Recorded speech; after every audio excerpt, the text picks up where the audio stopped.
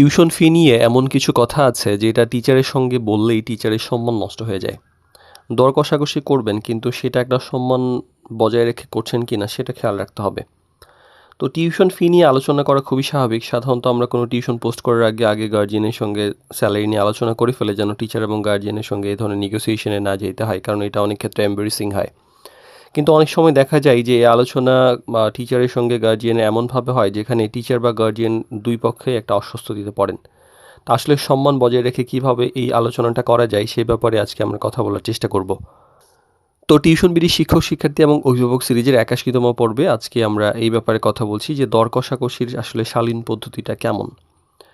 তো সম্মান দিয়ে আলোচনা করাটা শুরু করেন যে প্রথমেই এইভাবে কথা বলবেন না যে এত টাকা কেন, অমুকে তো এত কমে পড়ায়, আমি তো অমুক জায়গায় এত টাকায় পাচ্ছি, এটা হইলে হইল না, হইলে হইল না, এরকম ধরনের আলোচনা করা ভালো না। আমাদের এখানে যখন এমন কেউ আচরণ করে আমরা ভদ্রভাবে তাদেরকে না বলে দিই যে অন্য জায়গা থেকে নিয়ে নিন।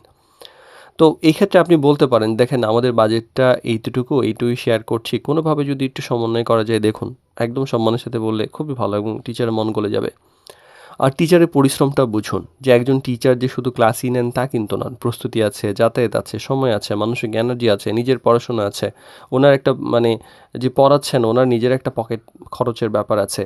তো এই যে সম্মানের ব্যাপারটাতে সম্মানের ব্যাপারে সম্মান বজায় রেখে কথা বলা উচিত।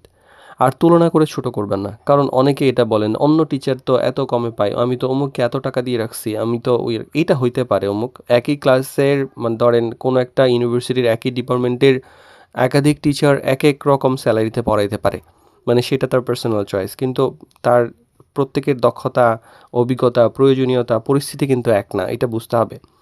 আর নিজের বাস্তবতাটা পরিষ্কার করে বলুন, আসলে সব পরিবারের বাজেট এক না, এটা আমরা বুঝি, এটা খুবই স্বাভাবিক একটা ব্যাপার।